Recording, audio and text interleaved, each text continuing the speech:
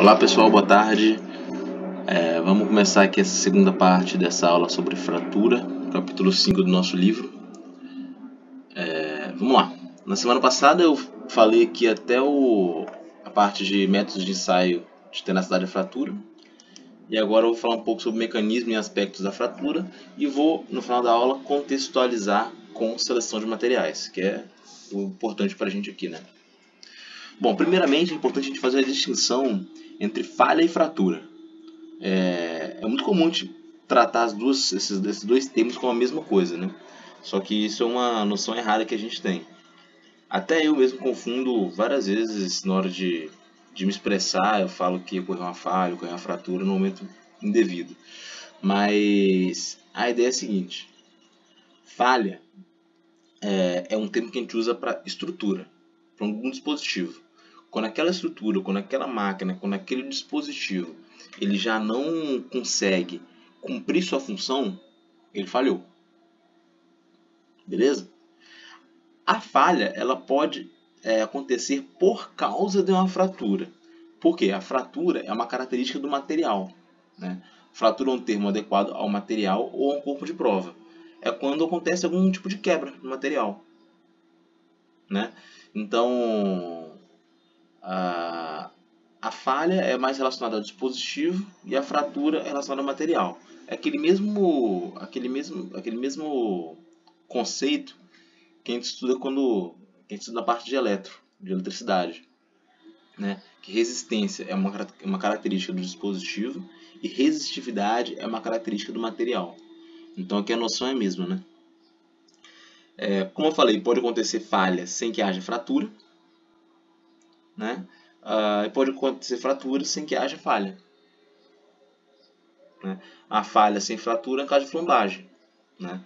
Quando acontece a flambagem de alguma viga, isso mostra que ela já não está cumprindo o seu papel de maneira correta, então já falhou. Porém não aconteceu a fratura ainda, né? E fratura sem falha é como aquelas estruturas que vão resistindo mesmo com trincas, né? Como vigas de sustentação de edificações, essas coisas, que elas apresentam algumas trincas, mas não falham logo de cara, né? Aconteceu a fratura, mas não a falha. Beleza? Aí aqui, voltando a esses termos que vocês devem estar cansados de ver, que é a fratura dúctil e fratura frágil. Fratura dúctil é aquela que a gente tem uma quantidade razoável de deformação plástica antes da fratura. E a fratura frágil é aquela que não tem deformação plástica antes da fratura. Então a gente tem esses dois conceitos aí. A fratura dúctil e a fratura frágil. Vocês já viram muitas vezes antes, né? A fratura dúctil, ela dá os sinais pra gente que vai acontecer a fratura. Tem muita deformação antes. E a fratura frágil, ela é repentina. A trinca, ela já se cria e se propaga rapidamente, né?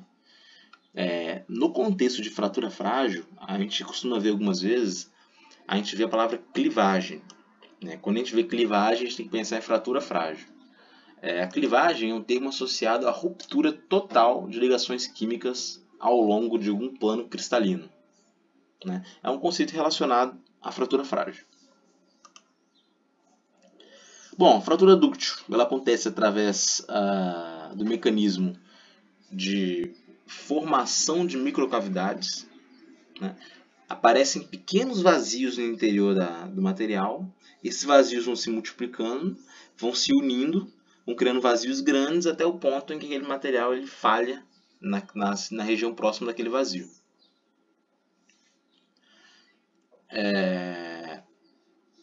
Como eu escrevi aqui, com a aplicação da carga, a deformação macroscópica ela se instaura, ou seja, apliquei a carga, começa a deformação. A deformação plástica ela se torna instável e a estricção local dos ligamentos que separam as cavidades conduz ao crescimento e ao coalescimento dessas cavidades. E daí a fratura final. Isso aqui é uma maneira técnica de dizer o que eu disse antes.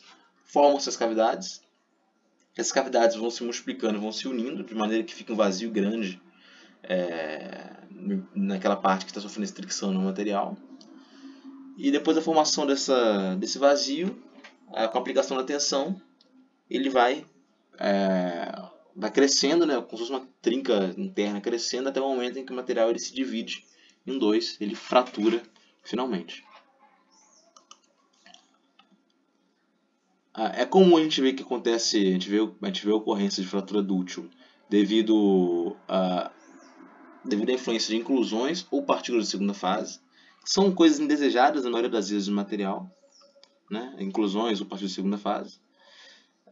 As inclusões elas sofrem a decoesão, que é como se elas se destacassem no interior, e começam a acompanhar o crescimento dos vazios. Aqui tem imagem mostrando como é que funciona. As inclusões, acontece a decoesão e o crescimento dos vazios, e esses vazios vão coalescendo. Né? Aqui como está escrito aqui, a ilustração do mecanismo de arredondamento da raiz do defeito inicial. Decoesão, matriz, partícula. Né? Crescimento e coalescimento dos vazios. Né? O coalescimento dos vazios corresponde, no final de contas, à fratura final. Né? A fratura verdadeira do material. Bom, uma coisa que é importante a gente analisar aqui é que quando a gente fala de fratura dúctil, a gente está falando de um mecanismo que consome muita energia. Isso vai ser importante para vocês verem depois também. Então, atenção nisso. Fratura dúctil é um mecanismo que consome muita energia, né?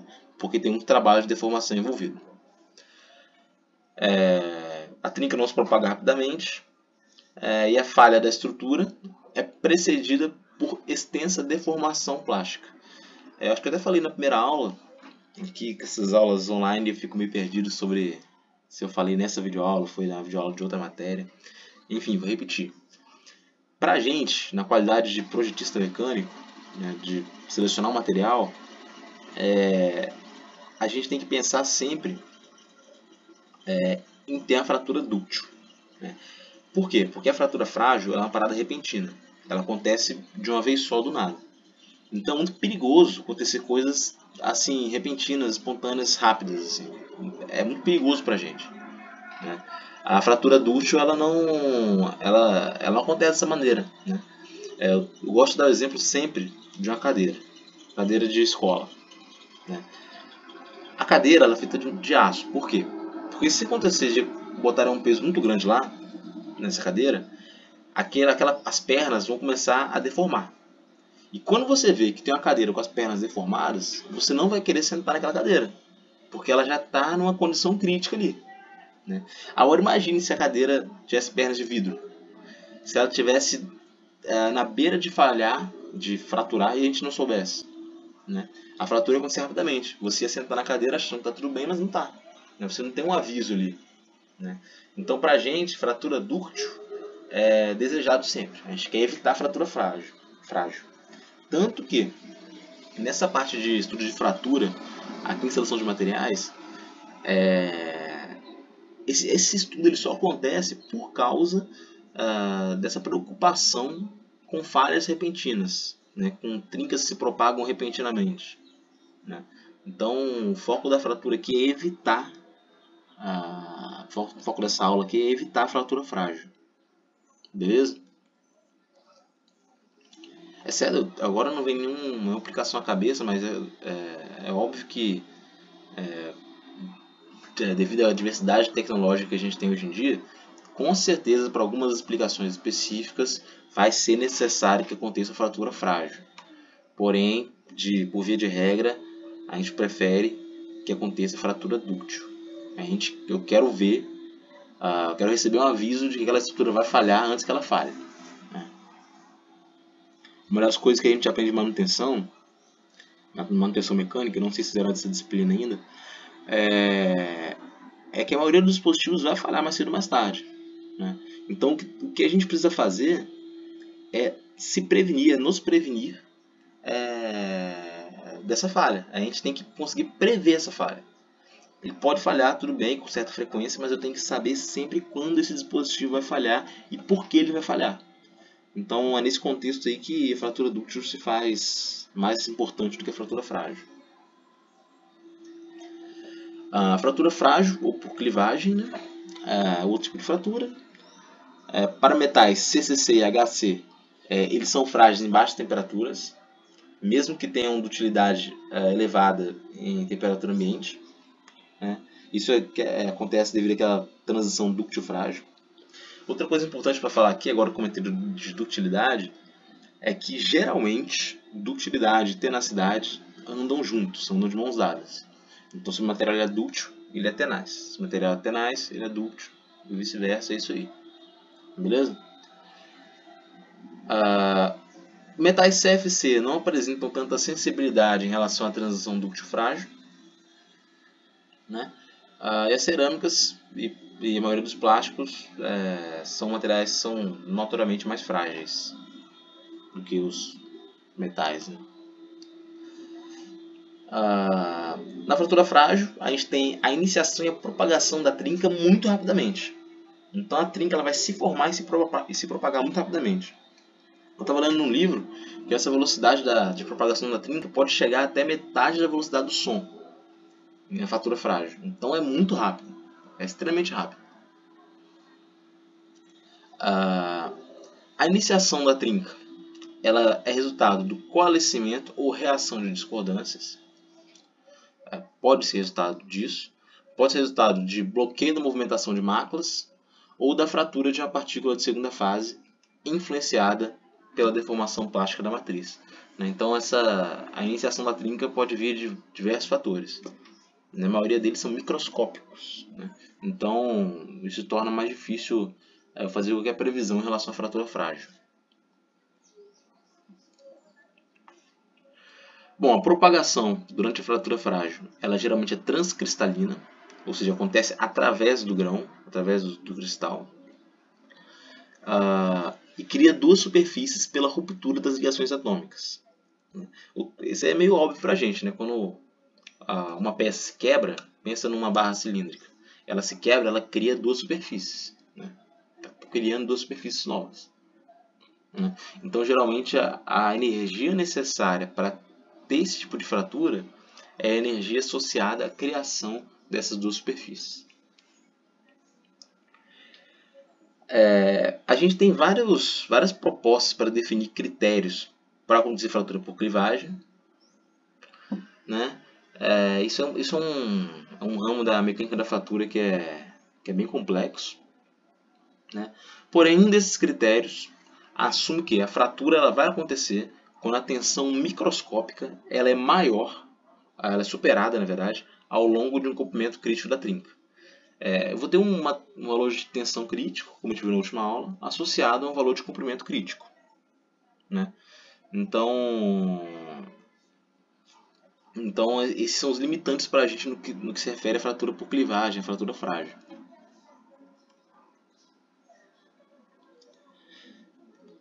Então aqui já fecho essa parte de fratura frágil. Vamos lá. A gente viu na aula passada que um dos mecanismos de endurecimento de materiais, de metais, na verdade, é a redução do tamanho de grão. Na verdade, a aula passada eu estou dizendo no capítulo 4. A redução de tamanho de grão é um mecanismo de endurecimento do material, né?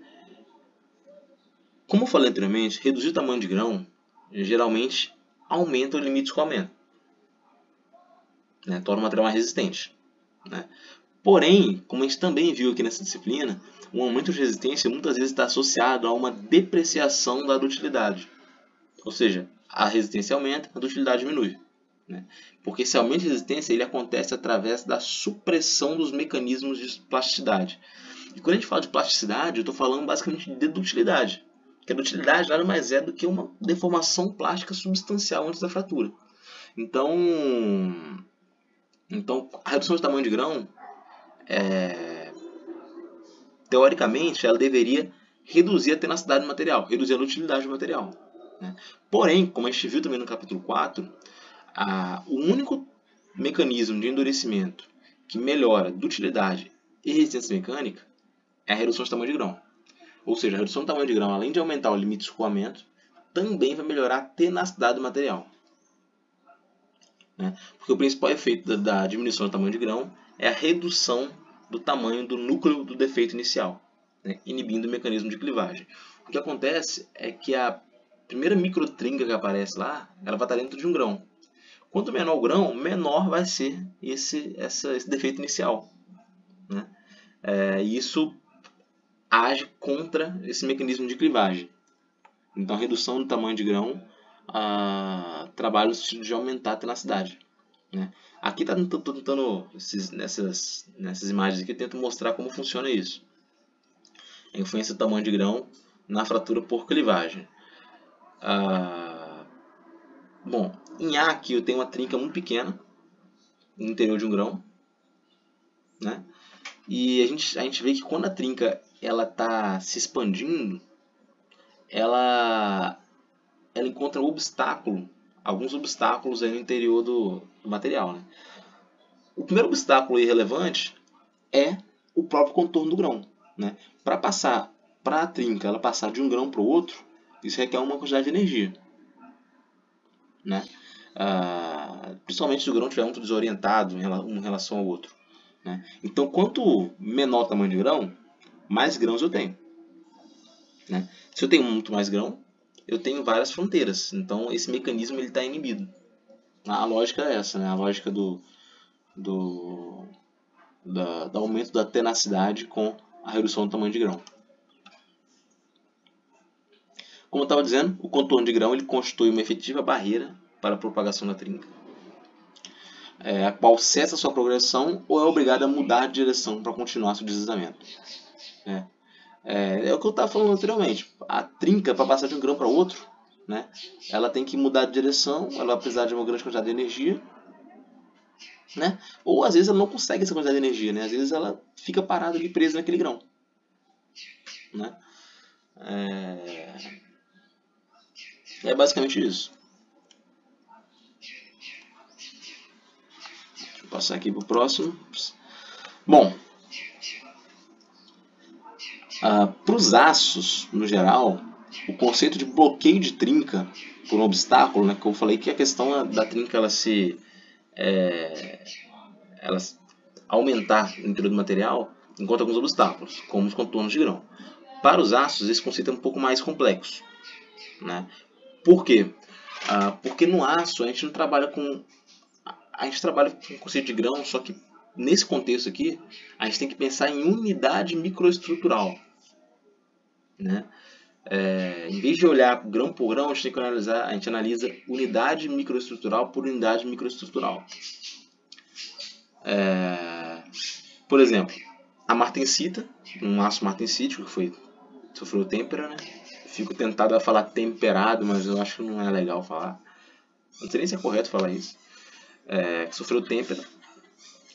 A martensita, o pacote de martensita é considerado um conjunto de placas de martensita com a mesma orientação. Essa, no caso, vai ser a unidade microestrutural, que eu vou analisar quando eu estiver observando aquela questão dos obstáculos, né? Eu não vou estar olhando para o grão, vou estar olhando para esse conjunto de placas martensíticas, né? Aqui eu tenho um gráfico mostrando a resistência dinâmica à fratura em relação ao tamanho de grão, né? A gente vê aqui que é D elevado a menos meio, né? Então o tamanho de grão elevado a menos meio. Então, à medida que aumenta esse valor, é menor o tamanho de grão. Ou seja, quanto for menor o tamanho de grão, maior vai ser a resistência dinâmica à fratura. Né? É exatamente isso aqui. Isso aqui são curvas aproximadas aí, né? Que fizeram aproximar essa curva pelos pontos. Mas a ideia é essa.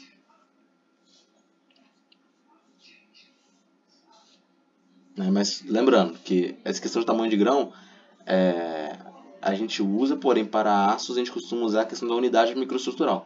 Isso é mais como se fosse uma curiosidade, né? Porque para a gente aqui não vai ter tanta aplicabilidade esse fato.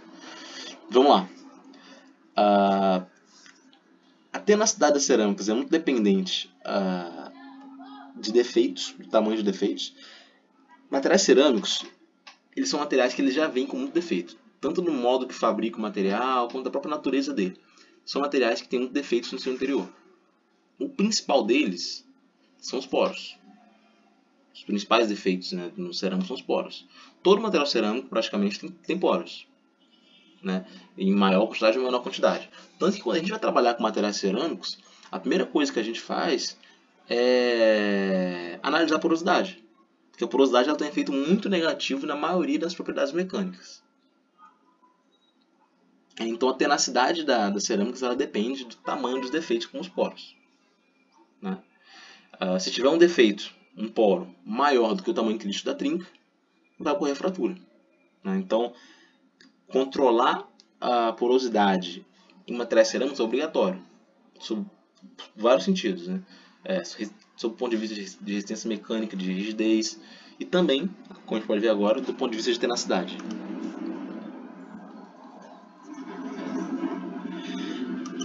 Como eu falei lá no início da aula, lá no início dessa aula de cá, se a gente conhece o campo de tensões está sendo aplicado em um determinado material, em uma determinada aplicação, né?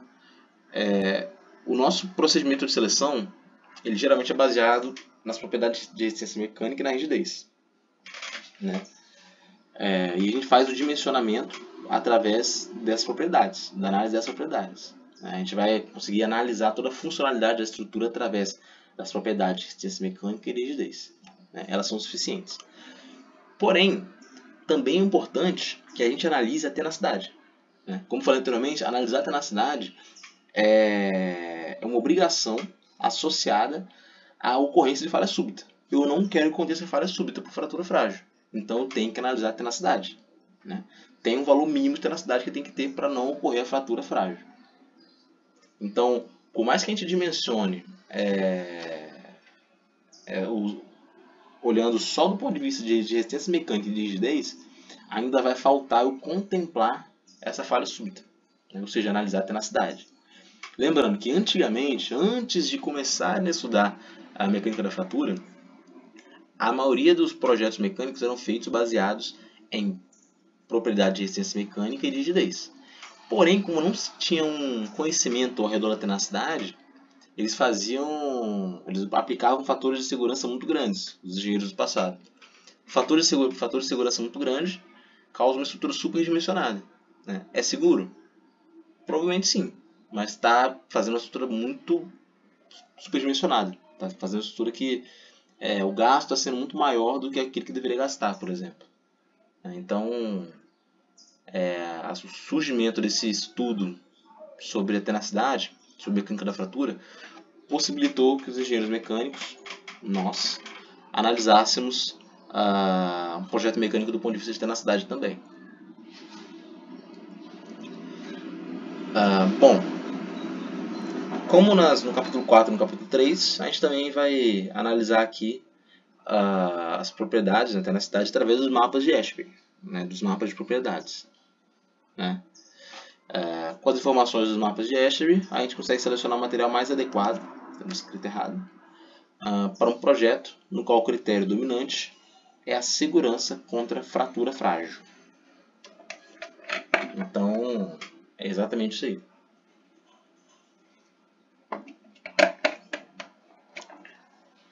A gente seleciona faz a seleção baseada na tenacidade, baseado naquele pensamento de prevenir que minha estrutura sofra fratura súbita ou frágil. Aqui, como eu falei anteriormente, a tenacidade ela é medida por esse valor de K e C, K1C na verdade, né? Que é o fator de intensidade de tensão lá que a gente viu na aula passada, mas aqui a gente chama de tenacidade. A tenacidade é medida pelo K, né? Aqui a gente vê a tenacidade de várias famílias de materiais, né? Os metais são mais tenazes, vidros são pouquíssimos tenazes. Lembrando, materiais muito tenazes, eles com alta tenacidade estão propensos a sofrer falha dúctil. Materiais pouco tenazes estão propensos a sofrer fratura frágil. Já estou eu confundindo fratura e falha de novo, né? Mas a ideia aqui é fratura dúctil com alta tenacidade, fratura frágil com baixa tenacidade. Aqui eu tenho um mapa de propriedades correlacionando a tenacidade da fratura e a densidade, né? Para vários materiais aqui. Aqui a gente tem uma linhas guias para minimização de peso.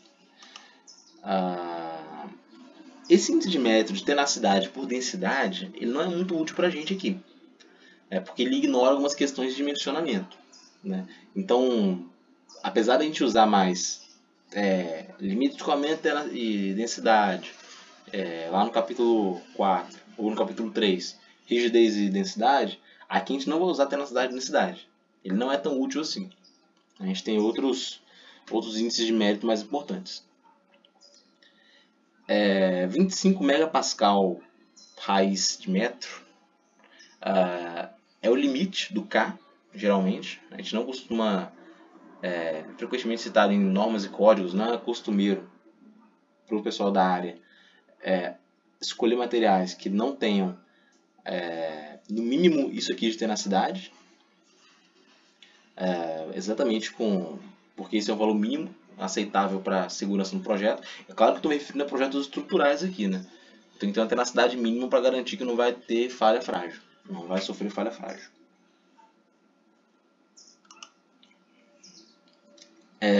Bom, esse aqui é um outro índice de mérito, e esse daqui é mais importante. Aqui eu estou relacionando a tenacidade da fratura com o módulo de Young. Se a gente analisar as fórmulas lá do início da aula, a gente vai ver que essa relação aqui entre tenacidade da fratura e módulo de Young está associada à energia de fratura, que a fórmula está pequenininha, mas talvez dê para ver, que é esse G e C, G1C, energia de fratura. O mapa anterior evidencia o índice de mérito associado à energia de fratura, que é o GC ou G1C, né? Lembrando que 1 é o tipo de abertura da trinca. A gente sabe da mecânica da fratura que o critério de fratura é que a energia usada ela tem que ser maior ou igual a 2 vezes a energia interfacial. Por quê? Quando a fratura ocorre, igual eu falei o exemplo da barra cilíndrica, acontece o surgimento de 2 novas faces no material. Eu preciso de uma energia para criar essas faces. Então, a minha energia para a ocorrência da fratura ela tem que ser, no mínimo, igual à energia necessária para criar essas 2 faces, né? Que é uma energia relativamente pequena.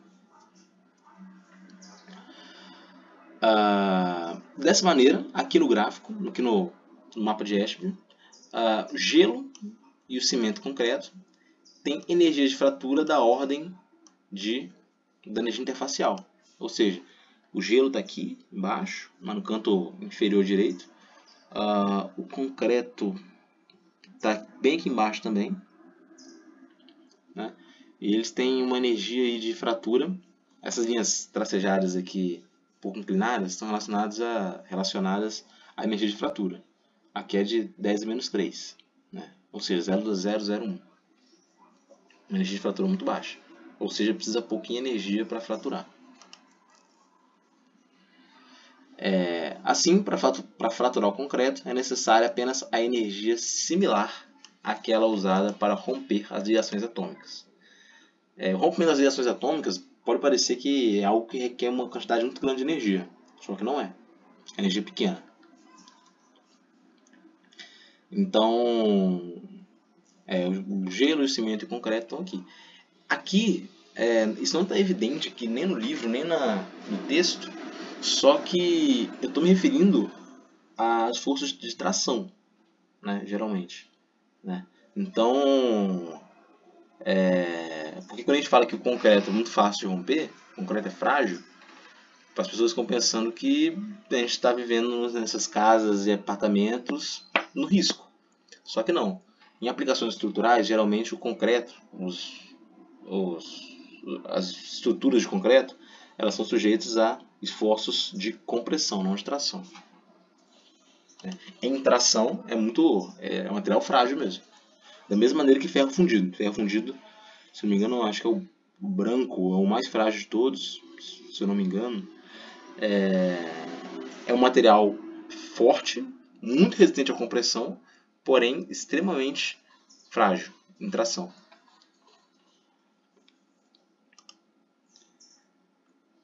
Cerâmicas de engenharia são materiais que consomem de 10 a 100 vezes a energia interfacial, ou seja, tem uma energia de fratura um pouco maior que a do gelo e do concreto. E os metais têm energia de fratura da ordem de quase, podendo chegar a 100 mil vezes maior que a energia interfacial. Ou seja, voltando aqui no mapa de propriedades, a gente vê que os metais estão... Opa, deixa eu verificar aqui. Eles estão bem aqui em cima, ó, na ordem de 100, podendo chegar até mais elevado. Alguns compostos de engenharia estão altos aqui também, aqui em cima. Né? Cerâmica de engenharia estão aqui, e aqui embaixo tem esses outros materiais, que é o vidro, a sílica, né? Que são materiais mais frágeis. Né? Então, quanto maior for a energia de fratura, mais dúctil é o material. Quanto menor, mais frágil ele é. Né? A ideia, a lógica é o seguinte: quanto maior a energia de fratura, mais energia eu vou precisar para fraturar esse material. Lembrando, por que acontece essa associação entre energia de fratura e a dutilidade e fragilidade? A dutilidade, como eu falei lá atrás, é um mecanismo... A dutilidade não, perdão. A fratura dúctil é um tipo de fratura que utiliza muita energia, que demanda muita energia. Né? Porque para a ocorrência de deformação plástica, eu vou precisar que aconteça um grande consumo de energia. Então, para fazer a fratura, para a ocorrência da fratura dúctil, eu preciso de valores maiores de energia. Então, por isso que quando eu tenho altas energias de fratura, eu tenho fratura dúctil. Quando eu tenho pouca energia de fratura, eu tenho uma fratura frágil.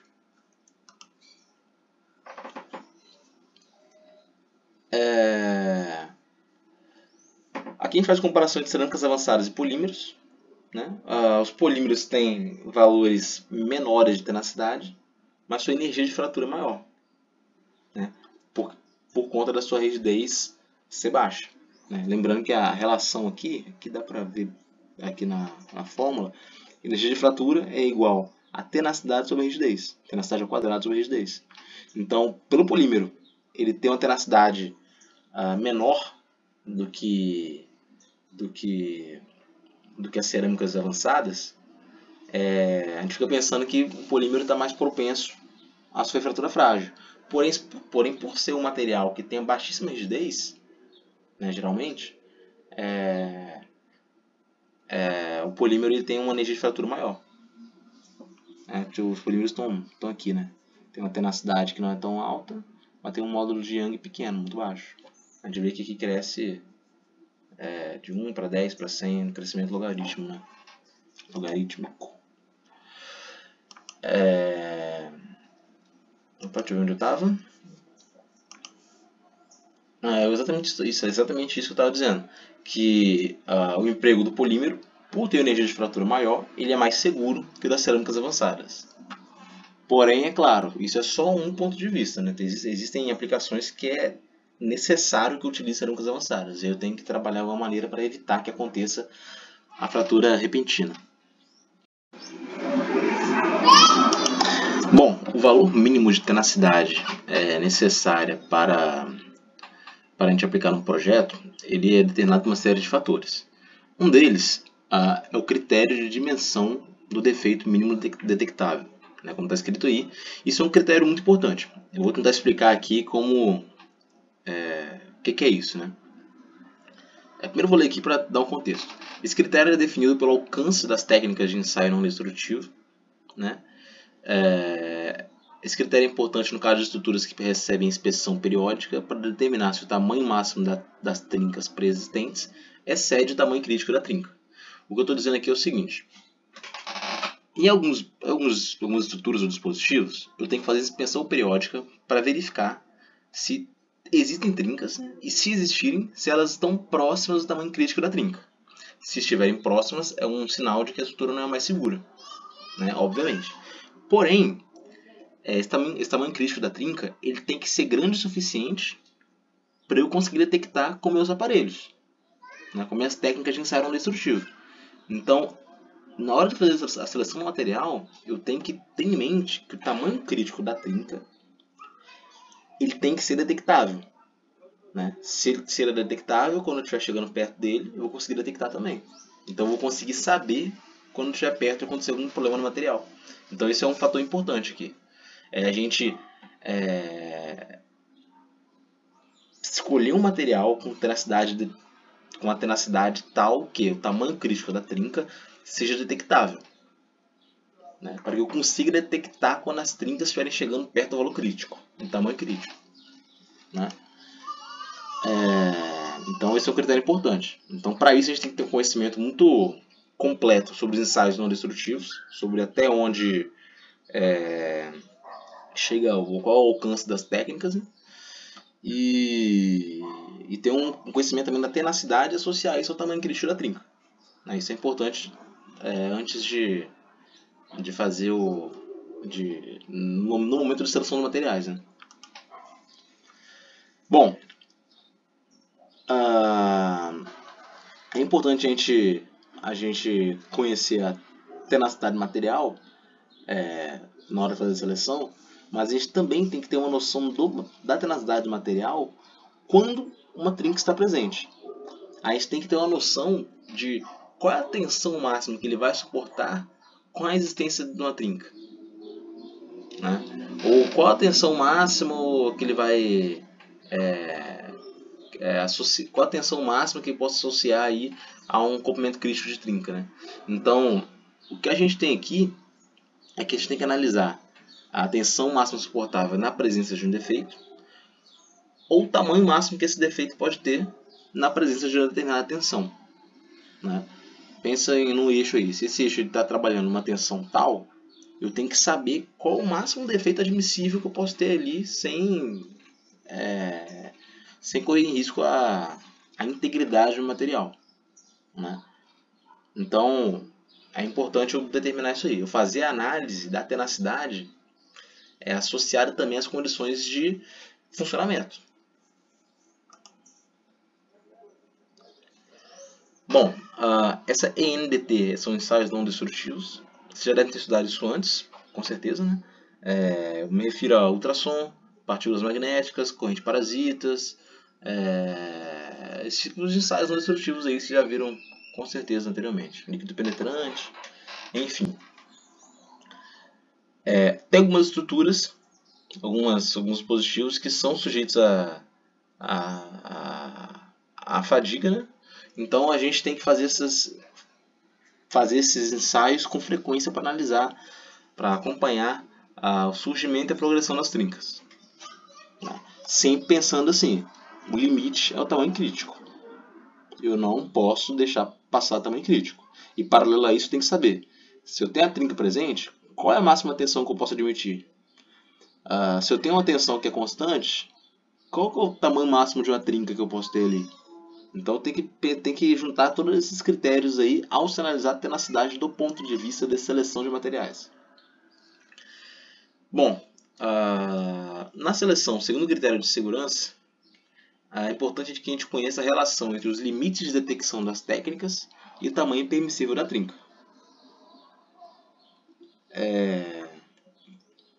Nas técnicas de ensaio não destrutivo, né? Aqui eu tenho um gráfico mostrando a tensão e a dimensão da trinca crítica, destacando que quanto menor for a tensão, quanto menor for à medida que a dimensão da trinca crítica ela vai aumentando, eu vou admitindo tensões aí, valores diferentes, né? Aqui eu tenho 3 curvas para 3 materiais diferentes, com 3 valores de tenacidade diferentes, né? Quanto maior for a tenacidade, maior o tamanho permissível para a trinca em uma determinada tensão, né? Então a gente observa ali, né, que quanto mais tenaz o material, maior o tamanho permissível da trinca, maior vai ser o tamanho crítico da trinca, né? Então é importante a gente fazer essa ponderação. Eu tenho que escolher uma tenacidade grande o suficiente para que eu consiga ter um tamanho crítico de trinca alto o suficiente para eu conseguir estimar através das técnicas de ensaios não destrutivos. Então é uma sequência de escolhas aí. Eu quero uma tenacidade alta para ter um comprimento crítico de trinca alto para eu conseguir usar minhas técnicas de ensaio não destrutivo. Aqui eu tenho essa tabela mostrando o mínimo que cada técnica consegue observar, tamanho mínimo. Por exemplo, correntes parasitas. O comprimento mínimo mensurável é 0,8 milímetros. Né? Então, eu tenho que ter um tamanho crítico de trinca muito maior que isso. Né?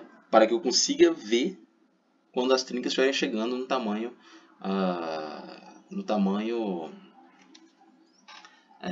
perto do crítico, né? Perto do crítico. Porque no tamanho crítico, passou o tamanho crítico, como eu tive lá no início da aula, lá no início dessa apresentação, vai acontecer aquela fratura quase que espontânea, frágil, super rápida, repentina, e vai acabar com tudo aí. Então, aqui eu tenho nessa tabela para trincas superficiais e para trincas internas. Né? E é isso aí. Então, mais uma vez, o que eu estou querendo dizer com isso aqui, porque esse conceito aqui é um pouco difícil de a gente de tentar passar para vocês de forma simples. Mas a ideia é, eu tenho que ter uma tenacidade grande o suficiente para eu ter um comprimento de crítico de trinca grande o suficiente para que eu consiga acompanhar, mensurar essas trincas através das minhas técnicas de ensaio manual destrutivo. De acordo com aquela tabela, uma trinca aqui só complementando o que eu estava falando anteriormente, de acordo com aquela tabela lá, uma trinca interna que se torne instável ao alcançar 2 milímetros, ou seja, se eu tiver o comprimento crítico igual a 2 milímetros, ela não vai ser detectada por ultrassom antes da falha. Então eu tenho que selecionar um material cuja tenacidade seja grande o suficiente para eu ter um comprimento crítico de trinca maior que 2,5 milímetros. Né? Porque a partir desse comprimento eu consigo detectar. Como falei, a gente deve recorrer então ao material mais tenaz ou reduzir as tensões aplicadas. O que na maioria das vezes é difícil de a gente fazer, né? Porque as aplicações elas não mudam muito, a gente está selecionando o material, a gente não está mexendo na aplicação. Né? Bom, a gente já estudou lá no capítulo 4 do Callister, que é imperfeições cristalinas, que todo material tem defeitos cristalinos, tem imperfeições. Ou seja, todo o processo de fabricar um material ele vai envolver também a produção de defeitos. Isso é inevitável, todo material vai ter defeitos. Lacunas, autointersticial, impureza, vai ter algum defeito, né, de tamanhos variáveis. Né? Esses defeitos, geralmente, eles são onde começam a minha trinca, né, a minha fratura. Eles são os pontos aí onde se dá início a todo esse processo de fratura. Né? Porém, é inevitável que a gente tenha esses defeitos. Né? É algo que não tem como controlar. A gente pode minimizar, mas não consegue extinguir esses defeitos. Então, alguns processos de fabricação, como a soldagem, inerentemente tem alguns defeitos associados a eles. Soldagem, fazendo uma soldagem, automaticamente vou ter que fazer alguns ensaios não destrutivos, até mesmo destrutivos, para analisar a qualidade daquela solda. Né? Porque a solda é uma parte crítica de um projeto. Né? Portanto, já que esses defeitos existem, é muito importante que a gente conheça o tamanho deles, a ordem de grandeza deles. Tem algumas normas que relacionam os tamanhos máximos permissíveis de alguns defeitos de acordo com as tensões aplicadas. Né? Essas normas geralmente elas especificam valores mínimos de tenacidade. Aqui eu tenho um outro gráfico mostrando tenacidade da fratura em relação à resistência, que é limite de escoamento. Eu descobri que nesse livro, se eu não me engano, até na versão física que eu tenho aqui dele, a maioria das letras gregas elas vieram apagadas. Né? Aqui embaixo é a resistência, que é o sigma T. Né? Então tem algum sigma T, não consigo chegar direito aqui, sigma F, né? Acho que é o limite de escoamento. É tensão de escoamento mesmo, não sei. Então, não aparece essas letras gregas aqui, então fica meio perdido, né? Aqui tem as fórmulas, mas sem o sigma, né? Aqui a fórmula, mas sem o sigma, então fica até difícil de associar. Mas é isso aí. Aqui eu tenho um gráfico de tenacidade da fratura por resistência, né? Que é resistência mecânica, que como vocês sabem está associado ao limite de escoamento, que é uma propriedade, né? Os materiais metálicos, nesse mapa de propriedades, eles estão fazendo 90 graus com a bissetriz XY, evidenciando que a tenacidade da fratura não tem mais relação com a energia das ligações atômicas, mas é controlada por mecanismos de plasticidade. O que ele quer dizer aqui é que os materiais estão todos nessa reta aqui, né? Os materiais metálicos eles estão fazendo 90 graus com essa bissetriz imaginária que está saindo aqui da origem, né? Então, isso mostra que eu não tenho mais uma relação, não tenho uma relação, na verdade, de tenacidade com energia de ligação, né? Minha relação com a tenacidade vai ser com os mecanismos de plasticidade. Por isso que eu digo sempre para vocês ficarem ligados nisso. Dutilidade e tenacidade geralmente estão associados, né? Porque a tenacidade está totalmente ligada aos mecanismos de plasticidade. E a plasticidade é praticamente definição da dutilidade. Para esses materiais aqui, no caso, para os materiais metálicos, né, onde não tem uma relação da energia de ligação com a tenacidade, a fratura vai ser dúctil, né? Ela é controlada por um mecanismo de plasticidade, eu tenho a fratura dúctil. Isso tudo aqui foi para dizer, na verdade, que em metais, devido à relação de tenacidade com o mecanismo de plasticidade, a fratura vai ser dúctil. Se o material não for inerentemente frágil, uma baixa resistência mecânica incentiva a fratura dúctil. Lembrando, alta resistência mecânica, baixa dutilidade, baixa tenacidade. Baixa resistência mecânica, alta dutilidade, alta tenacidade, fratura dúctil, né? Eu tenho alguns materiais aqui no canto inferior esquerdo, né, que apresentam fratura dúctil, mais dúctil, na verdade. E no canto inferior direito eu tenho aqueles materiais que falham antes da deformação plástica, né, que são aqueles que são os frágeis, né, que estão aqui embaixo. Os vidros estão super aqui mais voltados para o canto inferior direito. Bom, no mapa anterior a gente tinha tenacidade em relação à rigidez. Agora a gente tem tenacidade em relação ao limite de escoamento. É o nosso índice de mérito novo aqui. Essa relação de tenacidade ao quadrado sobre π vezes limite de escoamento ao quadrado, isso equivale para a gente ao raio da zona plástica, né? Que é aquela área que vai ter uma deformação plástica ao redor dela, né? É a região onde ocorrem os mecanismos de dissipação de energia elástica liberada com a progressão da trinca, né? Esse raio da zona plástica limita o que a gente chama de zona de processo, né? Aqui, como falei, a relação deles vai ser o C, né? A relação de tenacidade com o limite de escoamento. Esse C vai ser o tamanho dessa zona de processo, né? A gente vê que tamanhos pequenos quer dizer que tem pouquíssima, que é 10 menos 4, pouquíssima deformação plástica antes de fraturar. No caso do vidro aqui, seguindo pela linha tracejada, né? Por outro lado, aqui na ordem de 100, eu tenho algumas ligas de aço aqui, que tem uma alta deformação plástica antes da fratura. Ligas de cobre e de alumínio também.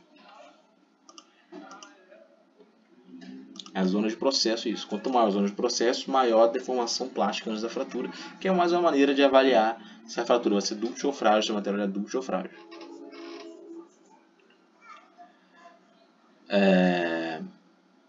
Do ponto de vista de segurança do projeto, é obviamente preferível escolher materiais localizados no extremo superior esquerdo do mapa, né? Extremo superior esquerdo do mapa, que é uma altíssima tenacidade, limite de escoamento baixo, né? Do ponto de vista de segurança do projeto, né? Que ele vai deformar antes de fraturar, em cima. Que ele vai ter um alto grau de deformação plástica. Porém, Nosso objetivo aqui não é melhorar uma propriedade só, ou ter um só objetivo, né? Nosso objetivo aqui é combinar várias propriedades. Eu quero otimizar, ter aquela combinação ótima. Como estava lá no capítulo 1, a nossa filosofia do compromisso está totalmente associada à otimização de propriedades, né? Então aqui nosso foco tem que ser otimizar as propriedades. Aqui no mapa a gente pode traçar um vetor imaginário saindo da origem, né? E quanto maior for esse vetor, né, mais seguro vai ser o material. Por exemplo, posso traçar um vetor que vem da origem aqui até o aço. Ele vai ser o maior de todos. Vai ser um material que combina boa dutilidade e boa tenacidade. Boa tenacidade e boa resistência mecânica. Uma espuma polimérica aqui tem um vetor curtinho. Então é um material que não tem uma boa combinação de propriedades, né? Ou um vidro aqui, por exemplo. Então a maneira de se analisar isso é através desse vetor bissetriz aí. Lembrando que a bissetriz é uma reta que separa um ângulo em dois. Então é como se fosse uma reta saindo da origem aqui. Não vai ser uma bissetriz assim, se eu pegar materiais diferentes, mas ela vai me dar uma noção de quão bom é o meu material do ponto de vista da otimização de propriedades para determinada aplicação, pensando em tenacidade vezes resistência mecânica. Logicamente, quanto maior for o vetor, melhor a combinação de propriedades. Novamente, a gente vê que os aços têm um melhor lugar nesse contexto, pois são alcançados pelo vetor mais longo.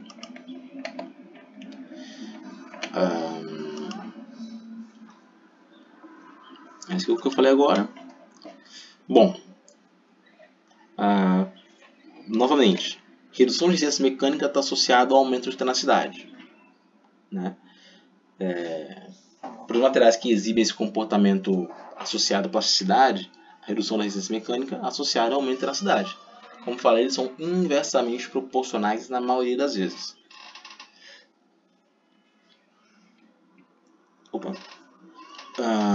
Porém, é possível ativar alguns mecanismos de tenacificação sem perda de resistência mecânica, né?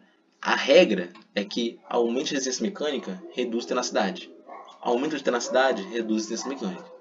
Porém, a exceção da regra são tratamentos como o refino do tamanho de grão, que ajuda os dois. Um baixo nível de impureza aqui nesse caso, mas o foco aqui para melhorar a tenacidade concomitantemente à resistência mecânica é o refino do tamanho de grão. O único tratamento térmico que faz esse efeito de melhorar todas as propriedades. Todas que eu digo dutilidade, tenacidade e resistência mecânica. Inclusive, se eu não me engano, eu estava estudando algumas provas antigas de concurso da Petrobras. Eu fiz a prova uns 2 anos atrás. Eu lembro que uma questão era exatamente isso. Eram questões curtas da área. Era qual é o único tratamento térmico que melhora a resistência mecânica e a dutilidade. Qual era o único mecanismo de endurecimento, na verdade. Uma coisa assim. E era o refino do tamanho de grão.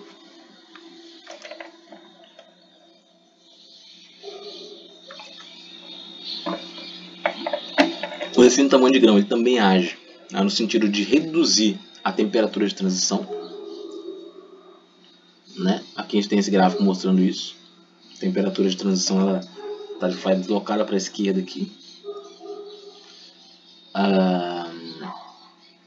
Reduzir as impurezas causou aumento da energia de fratura dúctil, né?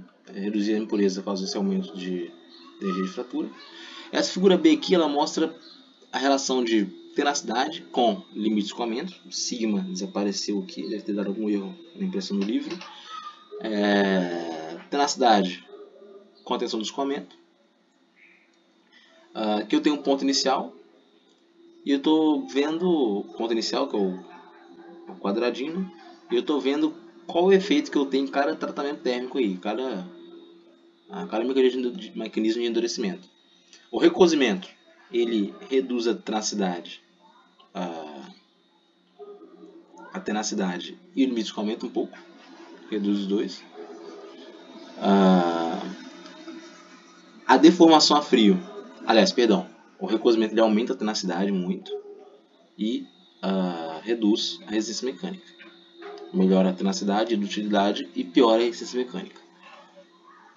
O quadradinho é o ponto inicial e a bolinha preta é o ponto final. A diminuição do tamanho de grão causa um aumento da tenacidade e um aumento da resistência mecânica. Encruamento, deformação a frio, aumenta a resistência mecânica e perde tenacidade. Precipitação, aumenta a resistência mecânica, perde tenacidade.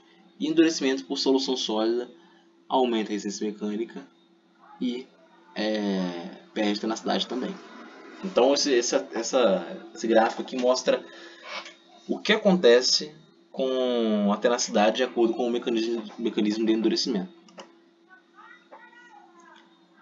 Aqui eu tenho um exemplo do livro que mostra como é que é o processo de seleção de materiais para um vaso de pressão.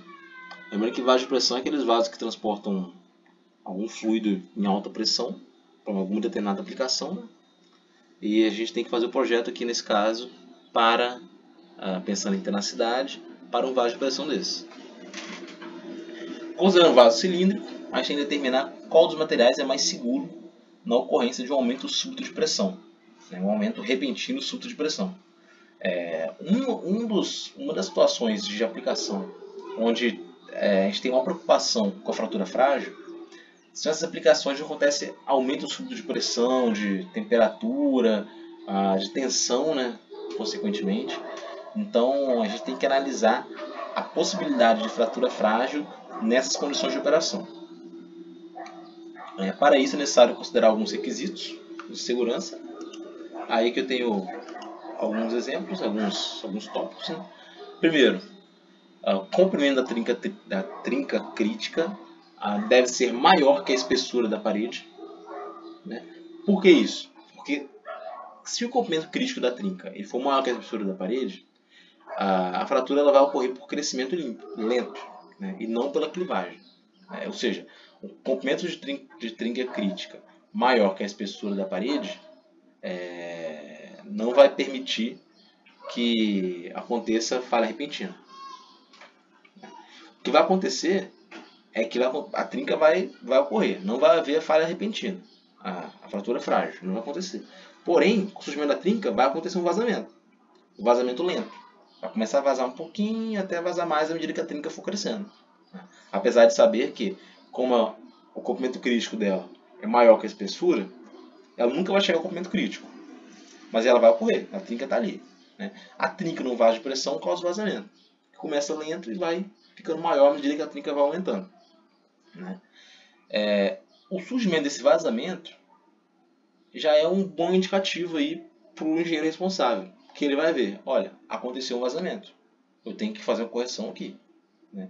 Como que ele vê o vazamento? Pode ter inspeção na área mesmo, observando, pode ter os medidores de pressão no interior do vaso de pressão vão indicar uma queda de pressão por causa desse vazamento, né? Essa queda de pressão é outro sinal de que ocorreu uma falha ali, e tomando esses cuidados eu vou conseguir evitar que aconteça fratura frágil. Outro porém, caso o comprimento crítico da trinca ele não seja maior que a espessura, ele tem que ser pelo menos maior que o comprimento mínimo detectável, né? Eu tenho que conseguir saber, tenho que ser capaz de saber quando minha trinca estiver chegando perto do tamanho crítico, né? Através de ensaios não destrutivos, né? Então, o principal é que o comprimento crítico da trinca seja maior que a espessura da parede. Se eu não conseguir isso, ele tem que ser pelo menos detectável, né? E se não for nem detectável, ele vai inevitavelmente sofrer uma fratura frágil. Analisando matematicamente, a gente tira aqui o vaso de pressão, que resistirá a maior pressão P, e é aquele que exibe a maior relação entre tenacidade e limite de escoamento. Da análise lá da matemática, a gente calcula isso é um índice de mérito, né? Tenacidade, propriedade do material, linha de escoamento também. Lembrando, índices de mérito sempre se relacionam a duas propriedades intrínsecas ao material. Aí que eu tenho tenacidade, limite de escoamento. Dentre esses daqui, né, o vaso que resistirá a maior pressão é aquele que tem maior índice de mérito, que no caso aqui é o epóxi do vidro. Epóxi é algum tipo de compósito, né? Aqui eu tenho o comprimento crítico da trinca, que mostra em milímetro o comprimento crítico das trincas desses materiais aqui.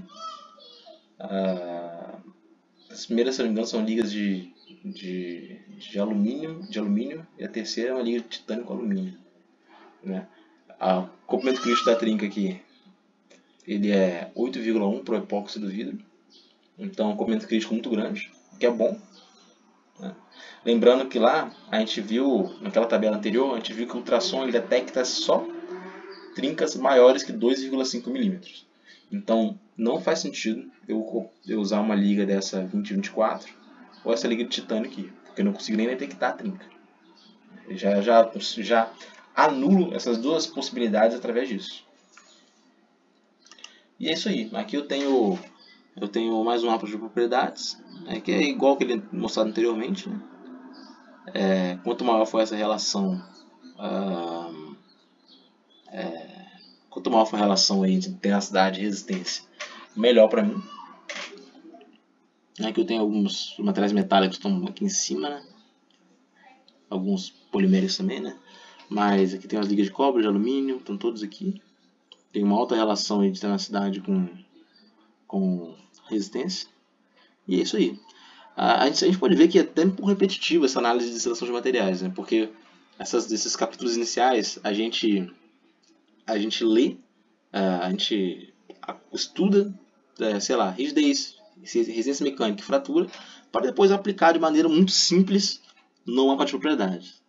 É bem uma disciplina em si, ela não tem muito mistério nesse sentido, né? É mais uma questão de interpretação, né? No mapa, se a gente olhar através da linha guia, a gente vê que o material com melhor índice de mérito é o aço, né, localizado na extremidade superior esquerda, né, que está aqui no cantinho. Um dos materiais que está mais para o alto para a esquerda é o aço. O uso desse material daria extrema segurança ao vaso de pressão, mas a custo de uma eficiência muito baixa, porque ele seria muito espesso, né? Para eu ter esses valores, eu teria que fazer um material muito espesso. E é exatamente isso aqui. O aço seria o principal através do mapa de propriedades, porém, através da tabela aqui a gente escolhe o epóxi, ou vidro, né? Epóxi vidro, esse compósito aí. Então é isso aí, gente. Isso aqui agora acabou a aula de tenacidade. Acabou essa aula de tenacidade por hoje. De tenacidade, não, de fratura, né? Destacando o que é importante aqui. O importante é a gente saber quais cuidados que a gente tem que tomar no momento de fazer uma seleção de um projeto para que não aconteça fratura frágil ou falha repentina. Então, eu tenho que tomar alguns cuidados para que isso não aconteça, né? A análise no mapa de propriedades, ela por si só é muito simplória. É muito simples, a gente pegar, olhar e ver qual é o mais dútil, o menos dútil, qual que tem maior energia de fratura, qual que tem menor, o que isso significa. Então, isso é muito simples. O importante é ter em mente algumas nuances importantes que eu comentei aqui hoje, como o caso do comprimento mínimo detectável, né, que é um conceito muito importante, né? E é isso aí. Beleza? Então, esse capítulo 5 está terminado. Nossa segunda quinzena está encerrada. Vocês têm um resumo para fazer dessa aula. Faça um resumo aí com carinho, até para vocês usarem depois para estudar. Na terceira quinzena nossa, 99,9% de chance que eu vou aplicar uma prova. Ainda vou ver quais são as orientações aí da coordenação para aplicar a prova via Moodle, mas vai ser aplicada uma prova, né, do capítulo 1 até o 5. E é isso aí. Eu